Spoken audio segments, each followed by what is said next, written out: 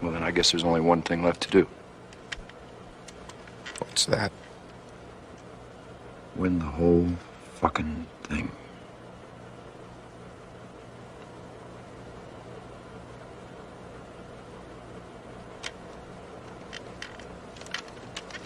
Yeah. Yes! Oh my God.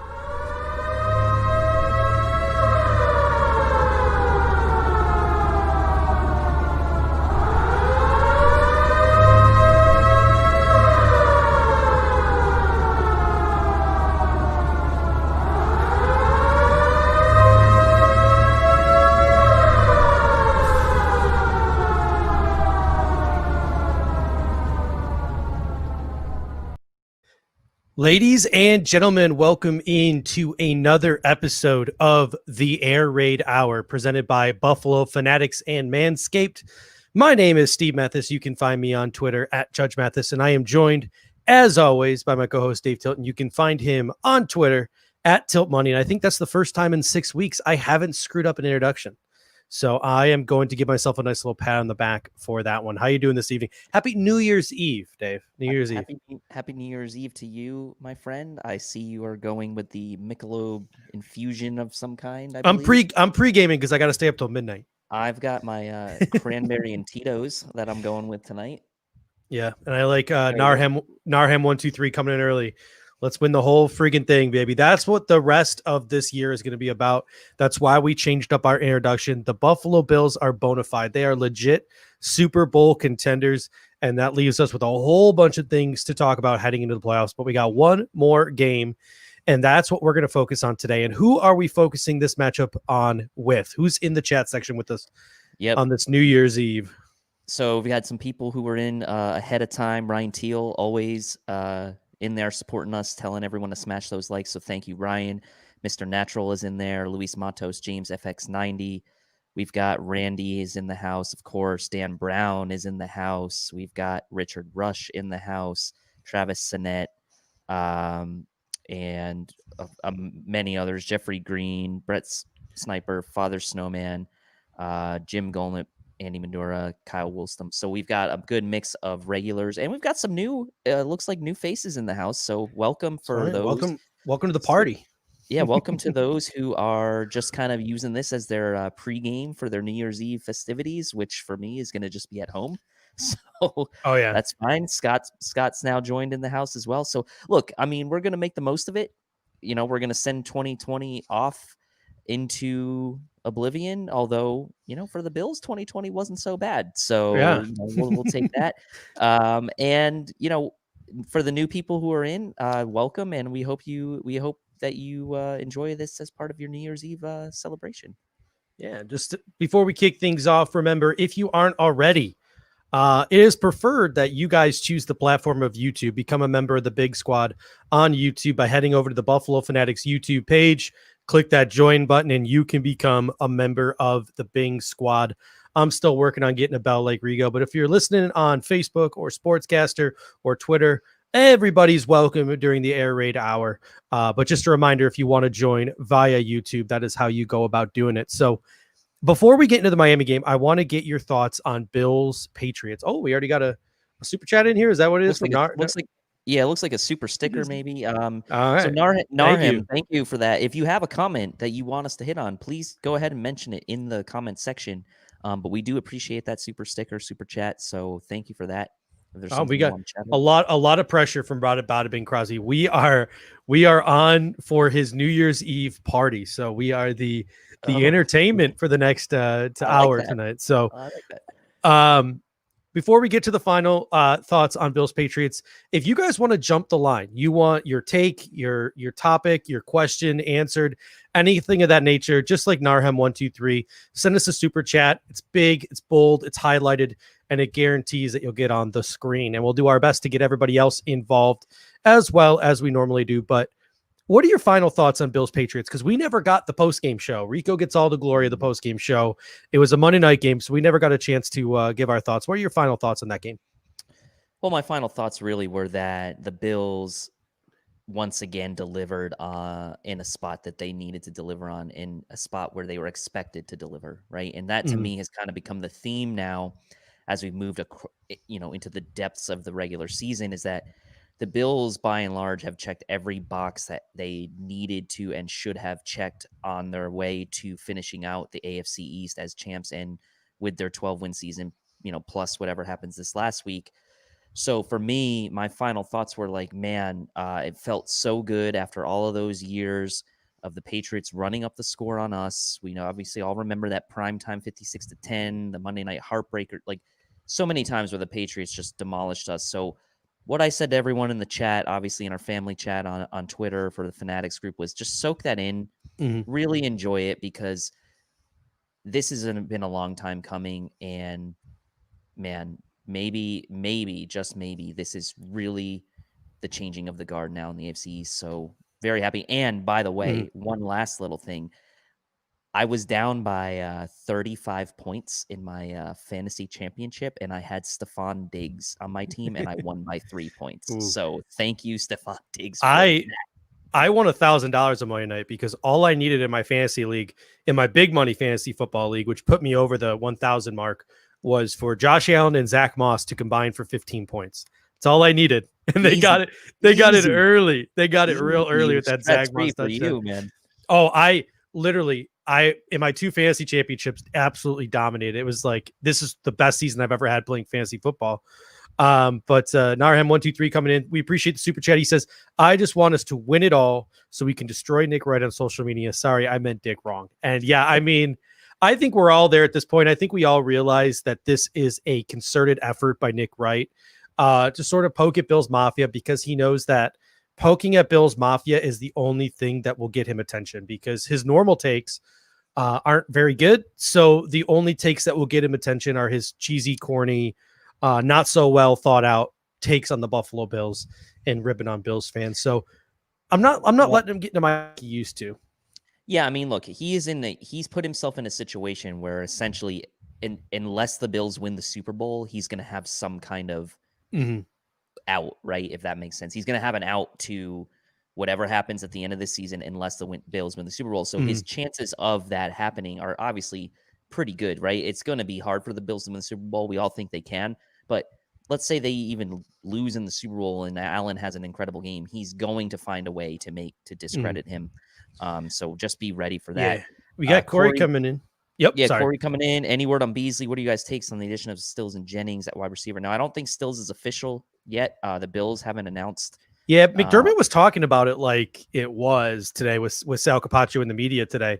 Like he said, Brandon Beans had his eyes on him. I know Greg Tom set from cover 1 pretty much made it seem like it was just a formality. Like he's got to pass those COVID tests before he can officially sign. Yep. So I'm feeling pretty confident. So that was number 3 on my list today after final thoughts on Bills Pats and Fitz being out with COVID-19. But let's just jump right to it. So some wide receiver news this week, as Corey mentioned. Cole Beasley is week to week. Sean McDermott said in his press conference today, the only player as of now he expects to label out is Reggie Gilliam, which I thought was kind of surprising. With him saying Cole Beasley was week to week. I obviously don't think Cole Beasley is going to play this week. They're going to rest him. But week to week for Cole Beasley. John Brown is waiting to return from the COVID list. He's got to have 4 straight days of negative tests. That should come any day now because he didn't even have COVID to begin with. He was just a close contact. Kenny Stills is on the verge of signing. Let's start with those 3 things. What is the big picture here for the Buffalo Bills when it comes to Cole Beasley's injury, John Brown's imminent return, and the addition of Kenny Stills? Well, the way I kind of read into this is, number one, I do think the Bills will fully expect to have John Brown back for the playoff game, regardless of whether he plays this week or not is irrelevant. I think that the Bills are lining him up to be ready for that playoff game. So honestly, John Brown, really not a concern for me. But you never know what's going to happen with the COVID test. But from an injury standpoint, it seems like he's over the injury and then he was just put on the COVID list. So John Brown should be ready to rock and roll come the playoff game. Cole Beasley, if he's really week to week with this knee injury, then I believe that what he's going to probably do the next 2 weeks is just try to rehab and get treatment and whatever he can do to make sure he is ready to play for that playoff game. He's going to do what he can. Now, we've seen how tough Cole Beasley is. I mean, this guy, he's only like 5'8", 5'9". He takes shots. I mean, you remember the shot he took when he flipped, like they got flipped over in the end zone against the I believe it was the Cardinals, right? Or was it the Raiders? I can't remember exactly which game that was, but in any case, he's a tough dude. He's going to do everything he can to come back. And I think Kenny Stills, if you read into what Sean McDermott was saying about how Bean has had his eyes on him for a while, McDermott made the point that the two things between Beasley and Stills are independent of each other. And I kind of think that's fine, because ultimately you don't have to look at Stills as like a short-term make a run for the playoffs type of signing. He can be a guy that you sign and also see, somewhat in the future of this roster. So I think that it kind of serves two purposes. One, it could serve a purpose as insurance for Cole Beasley if he's not ready, because I do expect John Brown to be back. But it's also maybe a long-term move in the case where maybe down the road, a guy like John Brown maybe doesn't find his way back onto this roster next year with potential cap reductions and things like that. Stills is likely to come at a lower number. Now, I'm getting ahead of myself there a little bit, but what I will say when it comes to this season, when it comes to this playoff game, this imminent playoff game, I don't know that Kenny Stills would be the first man out there in 3 wide receiver sets. I do still believe it would be Gabriel Davis, John Brown, and Stephon Diggs if Cole Beasley can't go, just because they've been here all year, and Stills is going to be more of that fourth guy along with McKenzie. So that's kind of where I come out on all of this stuff. I feel like it's a good move, but it's not something that you have to necessarily say is a move because of what's going on with Cole Beasley or John Brown. Yeah, I mean, a bunch of people in the comment section, the word I keep seeing over and over and over again is insurance policy. I didn't even think as far ahead as you did when you were talking about how bringing Kenny Stills in for a look now you could sign him to a cheaper deal if you need to let John Brown go. I never thought of that. So that was a good point by you. But to me, I look at it one of two ways. If John Brown comes back and gets hurt again, you have another speed threat on the outside. So you can do those things when John Brown line up. If Cole Beasley does take 2 weeks to get healthy, but he's not maybe ready for that first game and you don't want to risk him in that first game, Kenny Stills can play. He can go be a decoy on the outside with John Brown, and Stephon Diggs can kick it into the middle and do what Cole Beasley did, maybe in third down situations. So you have those two speed guys on the outside. My dad texted me yesterday. He's like, "What's the deal with this Kenny Stills signing?" And I sent him a screenshot of Kenny Stills' career statistics, and I was like, "What number pops out to you over his entire career?" And he looked it over and he said, "Oh, yards per catch." Yeah. His yards per catch average is insane. This dude is a legitimate deep threat in the National Football League. Now, it was down a little bit this year, but Houston was going to a more of a spread approach and less of maybe like an air raid approach like they had in years past. But, I mean, this dude is just a legitimate speed threat. And if Beasley's missing, you can throw Diggs on the outside and not have to worry about Diggs getting jammed up because there are two legitimate threats on the outside. And if Beasley's healthy, you're just adding more and more and more weapons to this offense. And how great is it? How great is it that we're sitting here in 2020 and the Buffalo Bills are the team that a contender wants to go to load up for a playoff run? Like, he literally said, "Houston, I want out of my contract early so I can go find a contender." And it's the Buffalo Bills that he chose. And it is the Buffalo Bills who are loading up for a playoff run. This team is legitimately all in to try to win a Super Bowl this year. Yeah, and here's the thing. In the middle of the season, the talk was like, are the Bills for real? Are they pretenders? Or is this sustainable? And that talk has kind of evolved over the course of the second half of the season to the Bills are most definitely for real, and the Bills are a legitimate threat to the Chiefs in the AFC, and the Bills legitimately could be justified as being the best team in the league right now.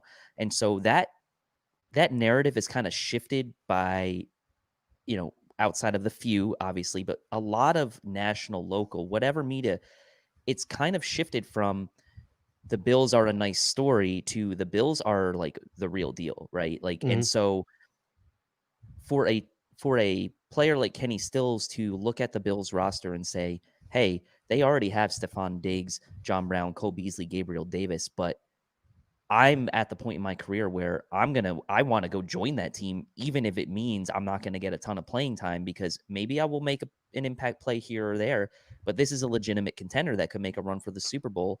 And that has never been the case for this team in the last 20 years where something like this has happened. So it's really it's really just like a breath of fresh air. The Bills are legit, and players are gonna, we talk about, not to get too sidetracked, players not wanting to come to Buffalo because of the location, but like, I'm gonna tell you what, like, I think anyone who's an offensive skill position player, especially receiver, seeing what Josh Allen's done this year and seeing how we air it out, they'll be lining up, I think, to come to Buffalo next year. And Dan's coming in now with a super chat. I'll go ahead and read that. Yeah. So Dan says, and Dan, thank you. He goes, "Hey guys, I'm out buying some not so legal fireworks. We want to say Happy New Year's. Be safe and let's kill in the playoffs. P.S. Judge, get a gavel instead of a bell." Now that's a good idea. I like the idea of you getting a gavel. I think I mentioned that a long time ago. I used to own a gavel, but I actually broke it. I pounded it a little too hard. Well. Speaking of pounding it a little too hard, if you are trying to ring in the new year with your gavel, make sure that gavel is nice and sleek and shiny. Head on over to manscaped.com, 20% off and free shipping using the promo code Fanatics. Again, that is manscaped.com, 20% off plus free shipping using the code Fanatics. There we go. That's I mean, we're gonna Corey in the chat section. He mentioned, I think that Kenny Stills he heard that Kenny Stills could be returning kicks and punts. I hadn't heard that, so I just Googled it. In his career, which is a pretty lengthy career for Kenny Stills, he's either 30 or pushing 30. He's played about 6, 7, 8 years in the league. 2 career punt returns.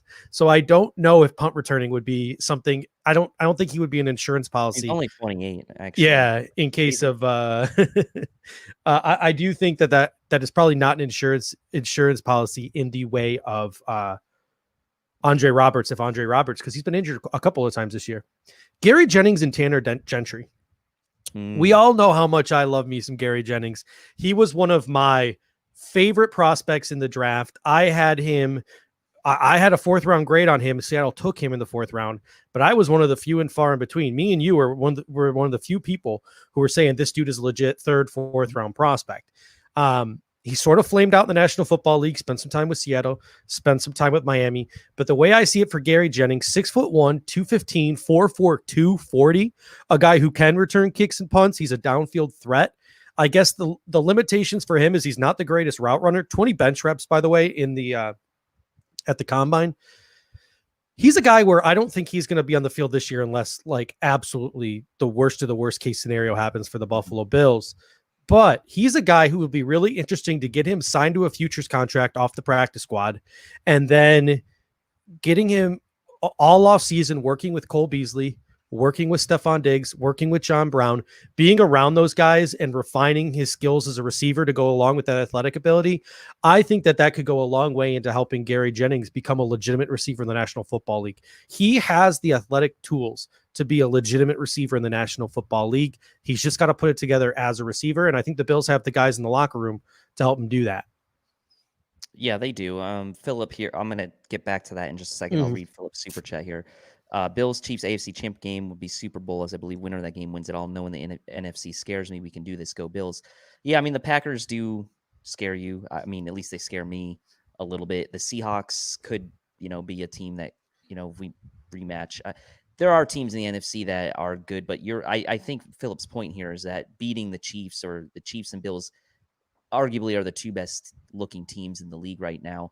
And like I said, you can make the case the Bills even look better than the Chiefs right now. So I like that comment. I do think that the favorite for the Super Bowl will have to be an AFC team. It just seems like that's the case according to the sports books. There's going to be like a 6 or 7 win team in the NFC in the playoffs. So, but get to your point on Gary Jennings. I think the Bills are it's a smart move, right? Because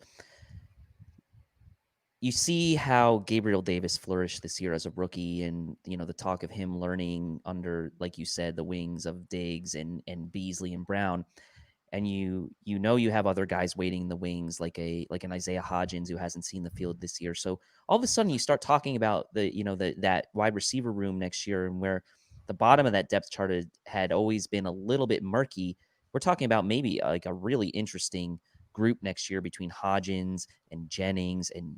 We're talking about Gentry if he's still around, and obviously Gabriel Davis coming back as a second-year player. So That is really intriguing to me because, like you said, we liked Gary Jennings. He was versatile in college. I mean, he did play special teams. We liked that about him. We thought he was a 4th, 5th round guy, and he was. And the Bills are smart. It's like, look, if we know he's talented, we know he was a blind day 2, early day 3 type of guy. Mm-hmm. And why not bring him in, right? You replenish that bottom of your roster, and that's what good teams do, so that they have that depth when other guys inevitably move on. So I like the move. Yeah, and to Tanner Gentry's point, I would honestly, unless we're ready to cut ties with Duke Williams, which I don't know if the Buffalo Bills are going to be willing to do so close to the playoffs. They want a guy who's familiar with their offense. But if the Bills do decide to cut ties with Duke Williams, I think Tanner Gentry will be a Buffalo Bill at some point, whether it's to the practice squad for Duke or this offseason after the season ends, sign him to a futures contract. Josh Allen's, best buddy roommate in college. Josh Allen's numbers went down significantly in Wyoming after Tanner Gentry left. Mm-hmm. Kurt Hamiser from Buffalo Rumblings, he put side by side today the Josh Allen touchdown to Stephon Diggs in the end zone against the Patriots, that crazy rollout up across the body throw that he made. He made that same exact throw to Tanner Gentry in college. So it's clear he's got a lot of chemistry with Tanner Gentry. I have a couple of friends who are Bears fans, and I texted them. I said, what's the deal with Tanner Gentry? And they said, man, a couple of years ago, we were really hurting at wide receiver, and Tanner Gentry was a fan favorite just because he's a very scrappy. He's not the most athletic guy in the world. I put the RAS scores of Gary Jennings next to Tanner Gentry, and it was night and day. I mean, he's got some size at 6'2", but he's not the most agile guy in the world. He doesn't have that deep speed, but he's the guy the Buffalo Bills has comfort with.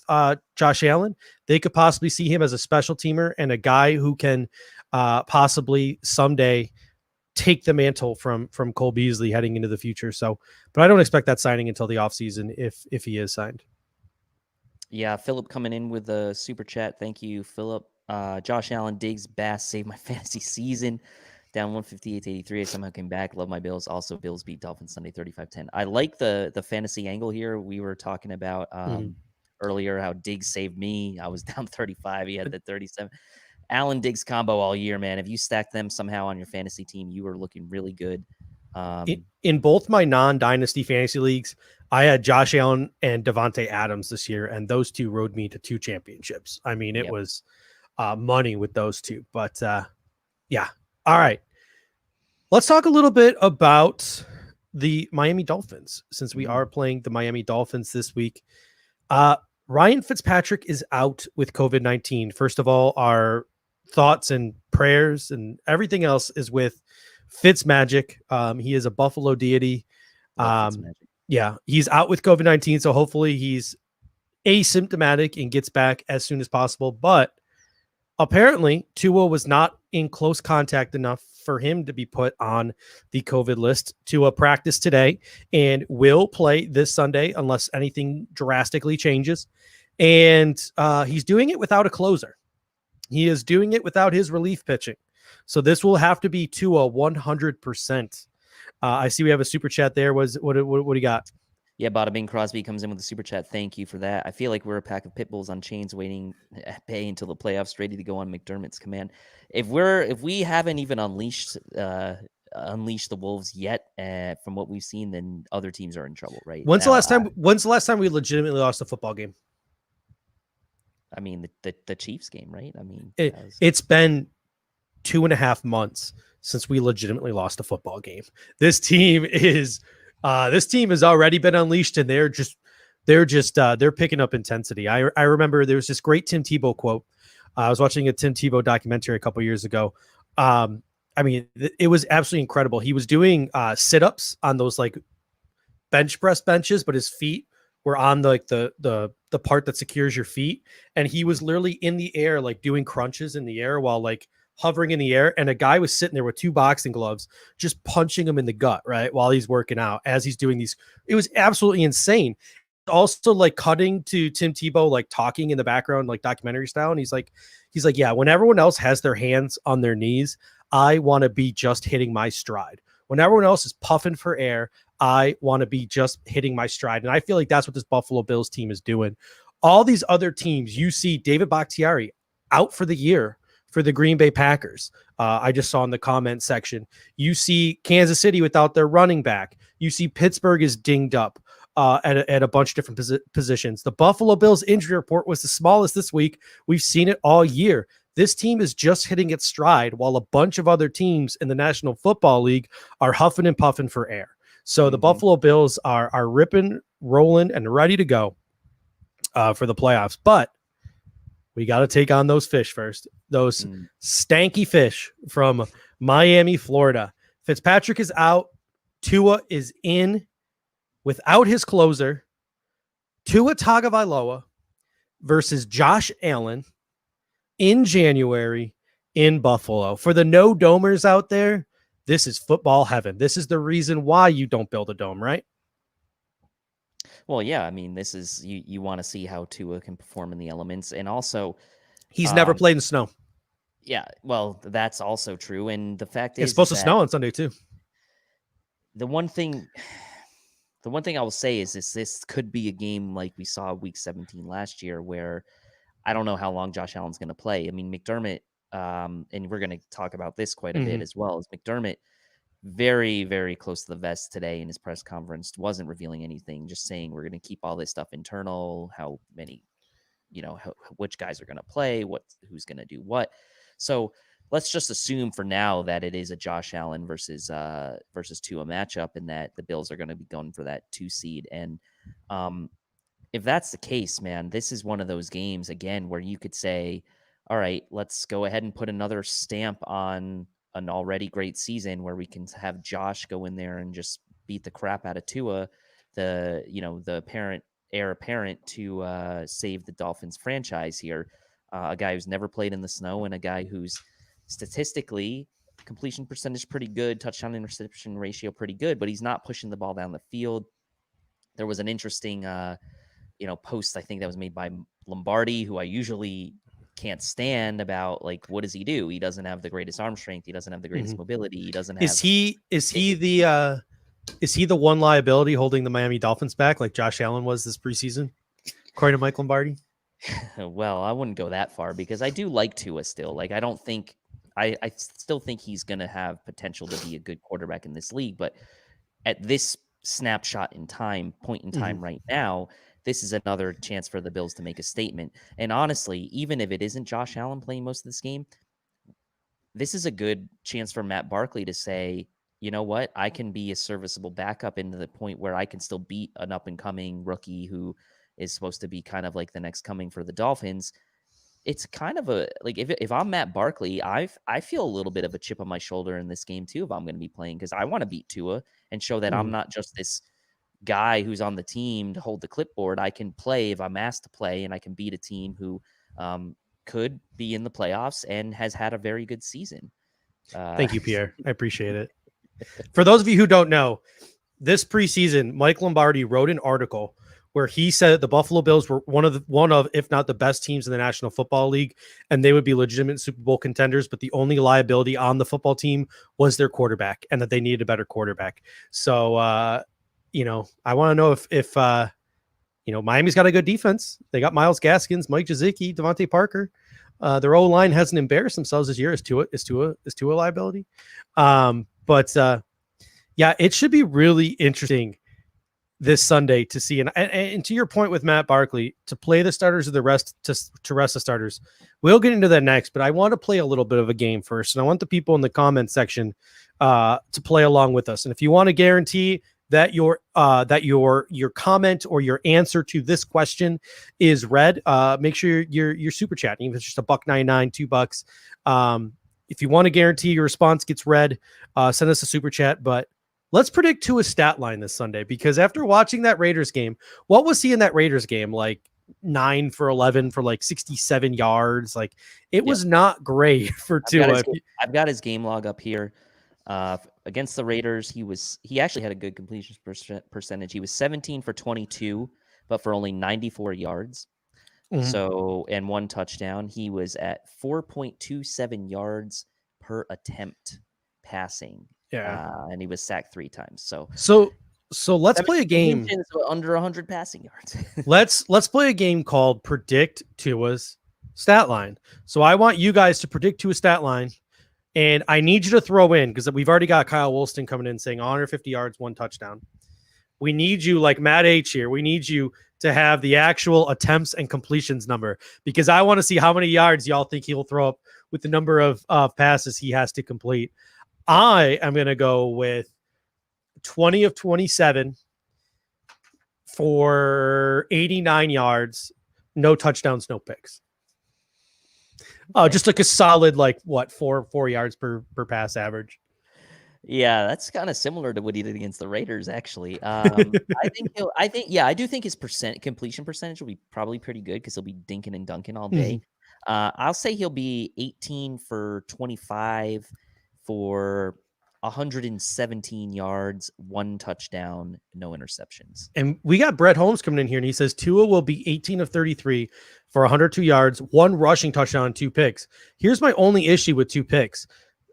Tua's too afraid to throw any ball that could legitimately be intercepted. Like, he's too, if someone's covered, he'd rather just throw the ball away or take a sack or dump it off to a running back. Like, that's the one good part about Tua's game, is he literally refuses to take any risks whatsoever. So I don't know how I feel about a 2 interception day from Tua, because he just doesn't throw very many interceptable balls. We got Randy coming in here. We really appreciate it, Randy, with the super chat. He says 17 of 27, 127. He says 2 interceptions too. Maybe I'm wrong, but I think Tua's too big of a to I love to throw an interception. 40%. He's gonna complete some balls backwards. He'll complete some balls backwards. But that should be interesting. Like, legitimately, the only 2 players on this offense that scare me are Myles Gaskins, what he can do, what he can create. We all saw it in that Raiders game, that huge play he made. I believe it was off a pass from Fitz. And Mike Gesicki. The dude can literally catch anything. You could throw the ball 10 feet over his head, and Mike Gesicki will somehow find a way to catch that football. So those are the only 2 guys that really scare me on the Miami Dolphins offense. And I think, starters or backups, I think the Buffalo Bills have a legitimate shot at winning this football game, because I think even our backups trying their hardest, when Tua's never played in snow and Tua doesn't have daddy to come in at the end and save him, I don't know if the Miami Dolphins have what it takes to beat these Buffalo Bills. Yeah, Pierre comes in, says 25 for 45, 247, 1 TV, two turnovers, 1 pick, 1 fumble, 45 pass attempts due to being down so much. I mean, yeah, I could see that. Maybe I don't know. I mean, here's the thing. I think the Bills backups can beat the Dolphins, and whether it's, Barkley plays most of the game, I do think that if Barkley does play most of the game, that it probably won't get too out of hand. And I'm not saying that to diss Barkley or anything, but I'm just saying that I don't see Matt Barkley and the backups, expecting Diggs not to play, Beasley not to play.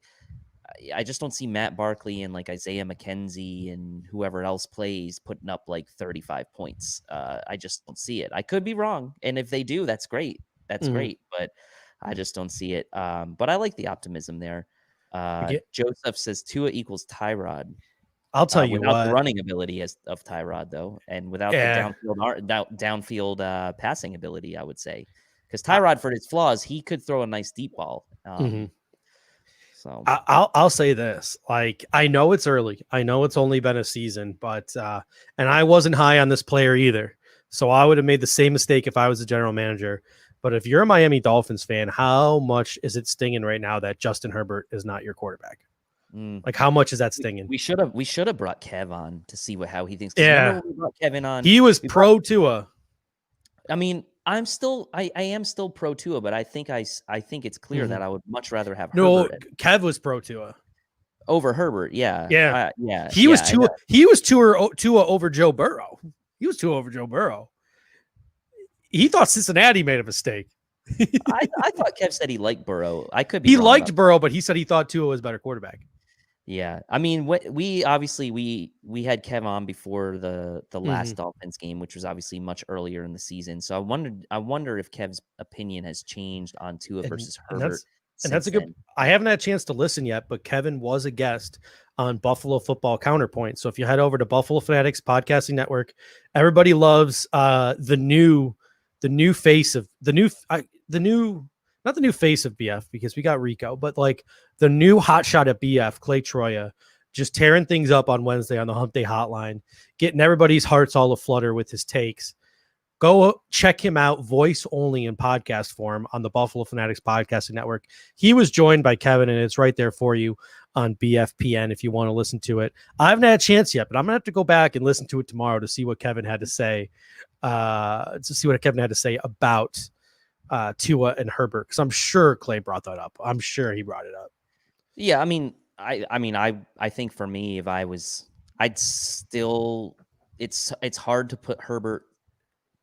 It's easy. I will say this: it's easy to put Herbert over Burrow now because Burrow didn't finish the season, but I still think Burrow is going to be a really good quarterback, and also Burrow was in a worse situation, team wise, than Herbert was. I mean, Herbert had, Keenan Allen, Mike Williams, Hunter Henry, Austin Eckler, right? I mean, the Bengals had a rookie T. Higgins, an old and aging AJ Green, a more of a slot guy in Tyler Boyd, and the running backs, Joe Mixon's been hurt all year, and they have a terrible offensive line. So anyway, not to get too sidetracked here, but Herbert looks really good. He obviously broke the rookie passing touchdown record his last game, and Pierce says get Kev on now. I don't know if he's around. Maybe we can get him on. But anyway, Corey comes in with a super chat. Thank you, Corey. How do you guys feel about Moss Singletary combo going into the dance?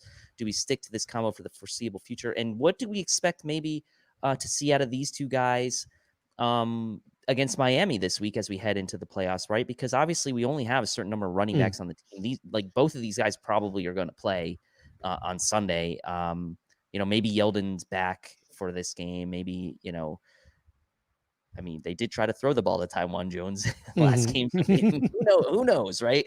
But anyway, as far as Moss Singletary going in the dance, it's clear for the last few games that they like to start the game out with Singletary. Like, he's been the guy in the first couple drives. He's been the guy to start the game. But then they bring Moss in like short yardage and as like the closer, which I like. So like you say Tua is without his closer and Fitzpatrick. I mean, Moss to me is the closer on this team going into the dance, and Singletary is the guy that you start the game out with. But as far as sticking to this combo, I'm not sure if you mean that in the sense of like Singletary starting and then Moss kind of coming in, or if you just mean that these will be kind of our backs for the next couple of years. But I do like the way that the Bills have been using the backs in sequence kind of the last few weeks. I will say this. I absolutely love the running back room we have right now, because Yeldon has shown in his couple of stints when Moss was hurt that he's capable of playing running back in the National Football League. And obviously we already knew that from what he did in Jacksonville. He's a really good emergency running back to have. And I sort of like this approach the Buffalo Bills are taking. Devin Singletary early, Zach Moss to pound it in the end. I think if you put a gun to Brandon Beane and Sean McDermott's head and said, which one of these two running backs do you want to keep? I think Zach Moss is the one that they want to keep, because I think Zach Moss gives them what they want, the guy who can pick up those tough yards and help you milk the clock. So I think that Zach Moss, I think he's probably a 4-year use him, abuse him, and let him go type of running back. Devin Singletary is where I think the Buffalo Bills might try to improve upon in the offseason and in future years. And the reason why I'm saying that is what's the one thing, Dave, that our running back room is still missing? What's the one trait? The trait. Well, we don't have a speed guy. I will say there it is. We don't have a speed guy. We don't have my Darrington Evans, Anthony McFarland type that I liked. we don't have a home run threat. So I think Moss's job is always going to be safe as long as he can hold on to a football. He's that guy you want to milk the clock. If they were to look for an upgrade, it would be to turn Devin Singletary into the TJ Yeldon and to try to bring in a speed guy, a guy who can do what Devin does, but also do it quicker and get down the field and break away those big plays. Now, maybe they can go out and they can find a gadget guy who can maybe play special teams, return kicks, be a wide receiver, do all these other things that allows the Buffalo Bills to carry 3 running backs. Like maybe they can go out and find that guy. But unless they can, I think Devin Singletary is on the shortest leash of the two because I think the Buffalo Bills are looking for that speed factor to go along with that guy who can milk the clock. But that's a long ways off. Let's think about the playoffs now. Let's think about what we're doing. So in order to get to the playoffs, we got to play the Miami Dolphins first. Play or rest your starters. Now I have three scenarios in which I can see happening in this game, or three ways in which I've tried to spin it. And I want to run these three things by you. The first is the one I would prefer. And people in the comment section, let me know. I tweeted this out earlier. I think this is what I would prefer from the Buffalo Bills on Sunday. I would start Josh Allen and play Josh Allen a majority of the game. Obviously, you'd scoreboard watch, and if the Steelers are getting crushed, you put Matt Barkley in. But I'd play Josh Allen the whole game if you have to, but just run the football a little bit more so he maybe takes less shots and you put him at risk a little bit less. Sit Diggs, sit Beasley, let John Brown get back, get acclimated. Gabriel Davis, Isaiah McKenzie, Andre Roberts, they can all work in. You could bring Duke Williams up if you need it. Sit Jerry Hughes, sit Jermaine Edmonds, sit Matt Milano. Let Trent Murphy get some run. Let Tyrell Dodson get some run. Sit Trey White.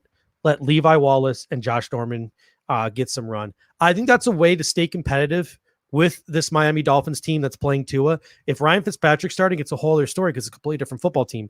But if it's Tua, I think you could win this football game without Diggs, Beasley, Hughes, Edmonds, Milano, and White. I think you could still play a competitive football game with Levi and Norman on the boundary, with Dodson and linebacker, without Jerry Hughes. I still think you can have a competitive football game with this team. So that would be my preferred thing that the Buffalo Bills do. Do you agree with that? Do the people in the comment section agree with that? Sitting some of your biggest stars, but not fully turning it into a preseason game. I would say yes. I largely agree with you. I think that you have to be super careful with Josh, though, in that case. So you like play him at a shotgun the whole game, have him these like quick throws. I think if you're the coaching staff, and to Thunder Breeze's point here, it still makes me afraid that Josh tries here while it takes a lick. You have to know, if you're Josh Allen, you have to be smart enough in this game that you are just going to be sitting there to take a shotgun snap and get rid of the ball, or to take a shotgun snap and hand the ball off. Now, to play devil's advocate, do you do that at the risk of getting him out of his comfort zone and then having him to have to get back in it the following week? What is the difference between doing that or just outright resting him? I don't think that it makes a difference, to be honest with you. I think that if Josh Allen's as good as he's been all year, and you set up a game plan where you say, look, you're just going to hand the ball off and you're going to do quick throws, I don't think that's going to have an adverse effect on him when it comes the following week into the playoffs, especially because he knows he's not going to have the same trust level with guys like throwing to Andre Roberts and that type of thing that he will with Diggs and Beasley, right? But I do think it's a chance for him to work with John Brown in some live game action, and I think that, to me, is valuable. So you just have to be careful. I do like that. I think, like you said, keep one eye on the scoreboard, see what's going on with Pittsburgh. And if things look like it's, breaking your way, then maybe like middle of the third quarter or maybe even earlier, you just kind of take him out and let Barkley finish the game. But I do think there is something to be said about momentum and not losing steam heading into a really important playoff game for the Bills, where we know week 17 in the long run doesn't really matter, but we know that the playoff game from a momentum standpoint is huge, and we have to win that first playoff game no matter what. So it's a delicate balance, right? Because you don't want to lose the momentum, but you also don't want to put your guys in harm's way. So that's why this is a great conversation to have, because you can make the justification either way. And Rashid Turner comes in. He says, I wonder why Sean always talks about consulting with Bean when it comes to resting players. I think the reason why they do that is because these two guys are literally like they're in sync, they're in tune. Those are the guys that Brandon Bean, invests in, where Sean McDermott has to coach. So I think it's always important for those two to communicate. He says, it depends on what's going on with the Steelers. And Lone Wolf mentioned this in the comment section. He says, play the starters for the first half and scoreboard watch. And that's another thing that you can do in this football game. That was my option number 2. The second thing I'd most like to see is for the Buffalo Bills to play their starters and to just scoreboard watch. And if the Browns are crushing the Steelers, then you pull your starters. And we kind of got interrupted by a couple super chats. There's nothing wrong with that. But our first question today was final thoughts on Bills Patriots. And what I was going to say was that one of the things that stuck out to me most from that game was it seemed like the Buffalo Bills absolutely crushed the Patriots that entire game, but they did it on autopilot. Did it seem like the Buffalo Bills were on autopilot that game? Like it was just so fluid and it was just so simple, and they just like it looked effortless what they were doing.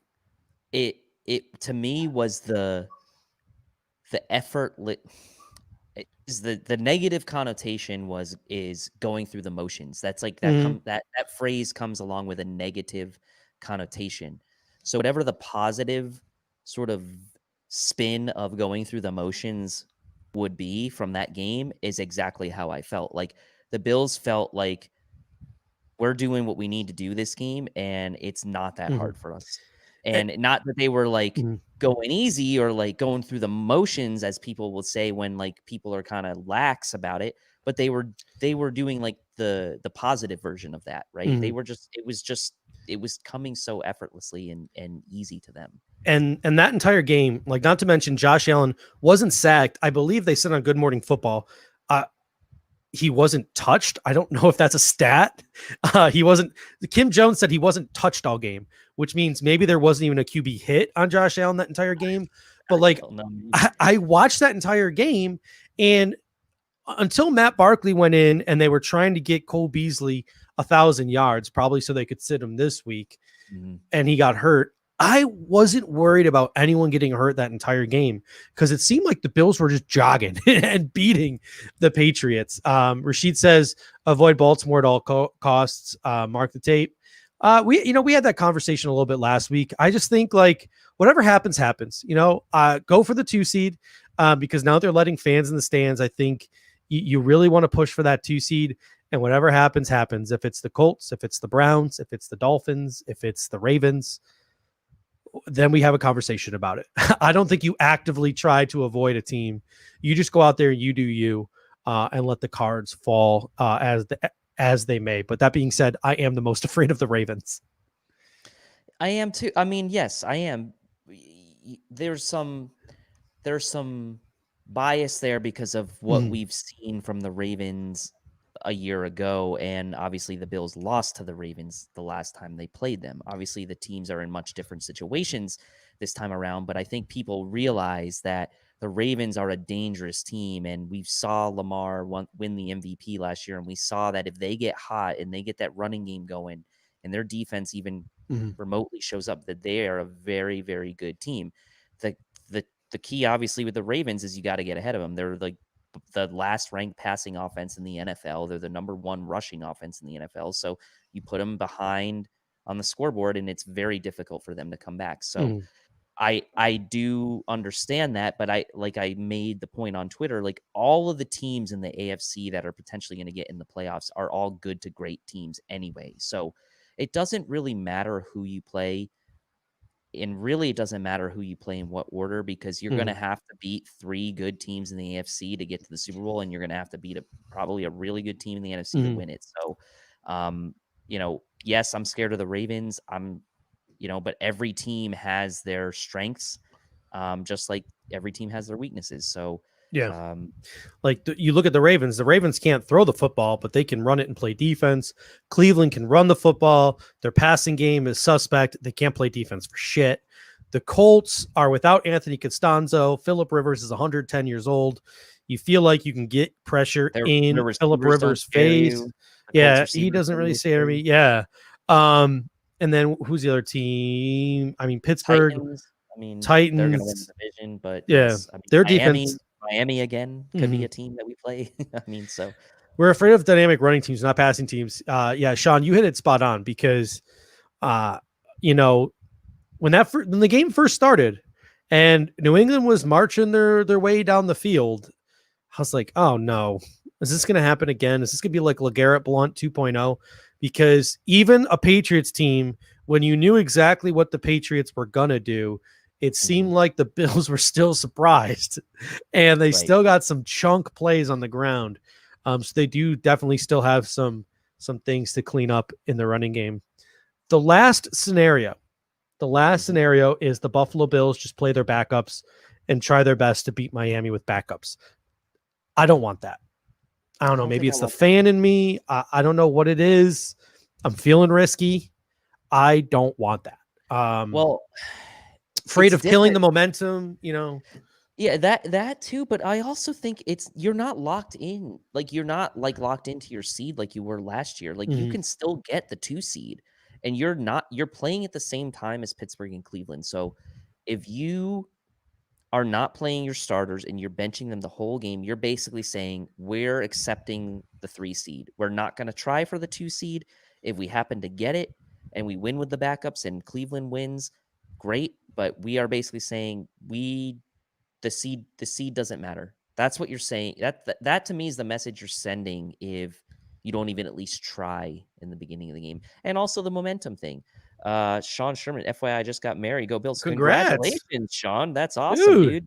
I was just telling Dave before we started the show, I was supposed to be doing the same tonight, but we couldn't get our marriage license on time. So, congratulations, Sean. 'Tis the season. Those New Year's Eve weddings. I was also supposed to be at a wedding tonight that got canceled because of COVID. So, 'tis the season. Rashid coming in with another super chat. Thank you, Rashid. Still pissed at Jerry Hughes throwing a shoulder at the running back 15 yards down the field. Jerry isn't playing good in any category. The tape doesn't lie. I'm not sure about what is this one? Throwing the shoulder. I must have missed that. I would have to disagree here. I think Jerry Hughes is actually playing really well. Some of the best football of his life, in my opinion. Yeah. Will he get you that occasional roughing the passer? Yeah, you have to live with it though. I mean, Jerry's always been known for that one kind of roughing the passer per game. It's what it seems like. But what they call that when he does that, he's Gary Hughes, right? Is that Gary what it is? Hughes? He's Gary Gergich. So for your Parks and Recs fans out there, yeah. So Jerry Hughes has been playing really good this year. Oh my God.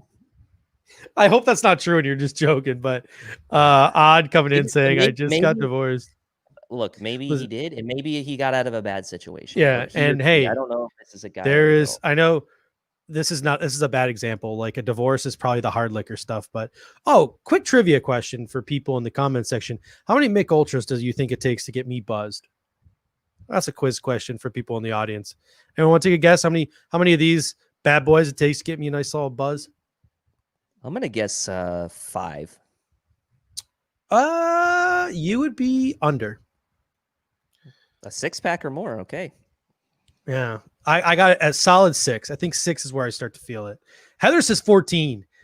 Maybe when I was in college, Heather. But Heather said she was drinking the Jameson tonight. Yeah, so, kudos to her because I cannot drink that stuff, man. I'm pre-gaming. The liquor comes out later. We got a whole bunch 2, 3, 1 empty stomach 1. Oh come on. The disrespect is real. We got Aaron Smith coming in. Less Josh Allen. Bills should play starting roster. This protects both Allen and possibly helps MVP case. Both Miami and Buffalo would be starting QB2s. That was another point I wanted to on the rocks, Heather. That's impressive. I don't know how she does that. Oh my. My cranberry. But here's what I'm going to say about backup quarterbacks.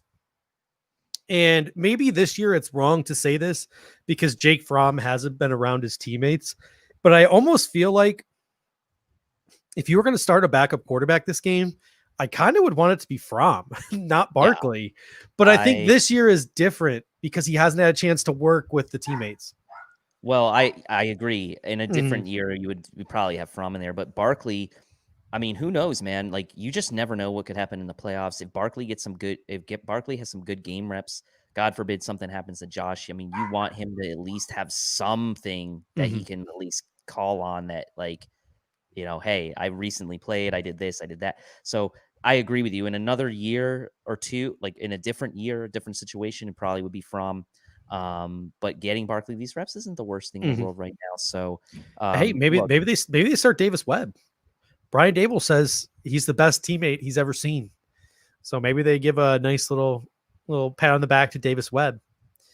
I actually did some Googling on Davis Webb because I was kind of intrigued when Brian Dable made that comment. Like, he's one of the best a couple of things stuck out to me about Davis Webb this offseason. Number one, Brian Dable saying he's one of the best teammates I've ever seen in the locker room. Mm-hmm. Number two, Joe Kroon was on with Rico in the offseason talking about those Florida workouts. And he said, Davis Webb was everywhere. He was the one with the playbook. He was the one calling the plays. He was the one leading and structuring the entire practice. And then you see some photos on BuffaloBills.com of their practice week. And Davis Webb is on the scout team. I've seen him play receiver. I've seen him play safety. I've seen him play corner. The dude plays everywhere.